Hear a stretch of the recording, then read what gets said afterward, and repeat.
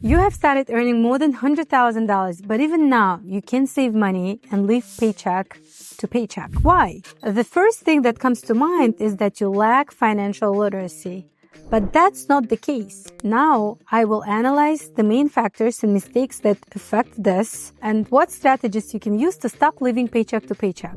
For the first factor, let me tell you a story. Let's imagine a woman. Let's say she's Sarah. She had finally landed her dream job. The salary was over 6 figures and she felt a surge of financial freedom. Yet, a year later, her savings account remained stubbornly empty. Where was all the money going?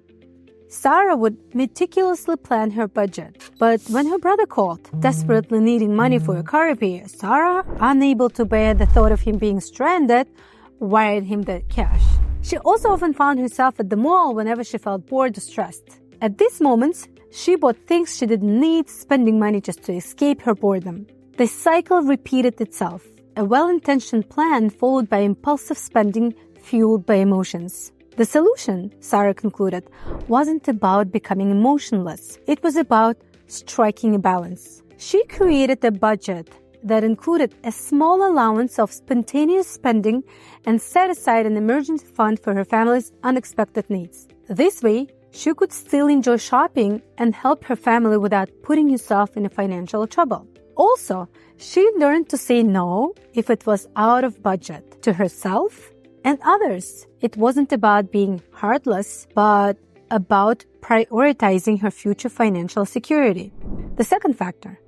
Imagine landing a new job with a rise in salary. Suddenly, there's a bit more flexibility in monthly budget. You might decide to treat yourself more frequently, dine out more often, or upgrade to fancier subscriptions. These small increments in spending gradually become the new norm. It's natural to set milestones in our minds, like reaching a certain career level, and then allow ourselves to indulge in a little more, thinking we've earned it.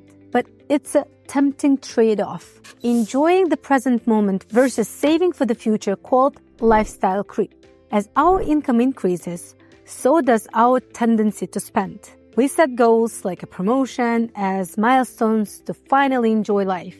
The key is balance.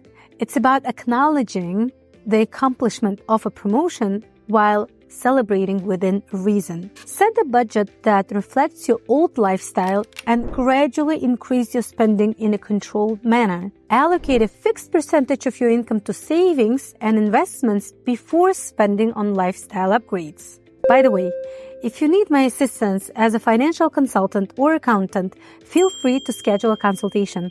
The link is in the description. The third factor. Imagine being surrounded by friends who indulge in luxury brands like Prada. The temptation to join in and fit in can be strong. Yet, deep down, you know that splurging on such extravagances would strain your budget. It's a dilemma of pride versus practicality. For instance, while you might desire to shop at Prada, the reality may be more aligned with stores like Zara, where you can find similar styles at a fraction of the cost. The challenge lies in accepting your financial limits gracefully. It's not about liking the means. It's about prioritizing financial stability over fleeting appearances. Instead of comparing yourself to others, focus on your own financial well-being. Set realistic goals and resist the urge to overspend just to keep up. Remember, appearances can be deceiving. Many who seem to have it all may also be grappling with the financial insecurities behind closed doors. Fourth factor. Many people rely on manual savings, which can lead to inconsistent saving habits. If you wait until the end of the month to save, you might find there's nothing left to save. To break this cycle, a strategic approach is necessary. Instead of depending on manual actions, automate your savings. As soon as your paycheck hits your account, a predetermined amount automatically transfers to your savings or investment accounts. This proactive step ensures that saving isn't an afterthought, but a deliberate priority from the outset. Automation removes the temptation to spend that should be saved. Another way to save money is by reducing your taxes. Watch the next video to learn how to do this correctly.